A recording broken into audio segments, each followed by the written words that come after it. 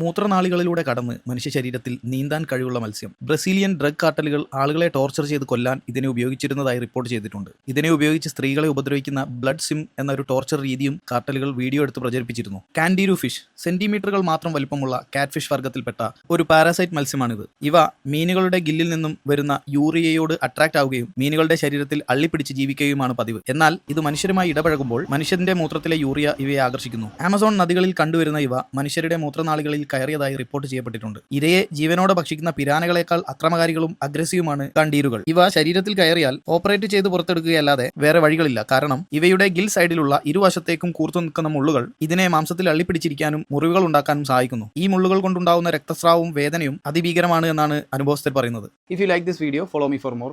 ഒരു കാര്യം കൂടി പറയട്ടെ, ഞാനൊരു വെറും 2 മാസം കൊണ്ട് കണ്ടന്റ് മാത്രം കോൺസെൻട്രേറ്റ് ചെയ്തുകൊണ്ട് എൻ്റെ പേജിൽ 24,000 ഫോളോവേഴ്സിനെ എത്തിച്ചിട്ടുണ്ട്. ഓൾമോസ്റ്റ് 800 ഫോളോവേഴ്സ് 850 ഫോളോവേഴ്സിൽ നിന്നാണ് അത് ഗെയിൻ ചെയ്തത്. കണ്ടന്റ് മാത്രമാണ് കോൺസെൻട്രേറ്റ് ചെയ്തത്. ചില സ്പെസിഫിക് ഐഡിയോളജി കൂടെ മാത്രമാണ് ഞാൻ എക്സിക്യൂട്ട് ചെയ്തത്. ഇഫ് യു ആർ ഇൻട്രസ്റ്റഡ്, ഞാൻ എൻ്റെ സബ്സ്ക്രിപ്ഷനിൽ ഫുൾ ഡീറ്റെയിൽസ് വീഡിയോസ് ആയിട്ട് പ്ലേസ് ചെയ്യുന്നുണ്ട്.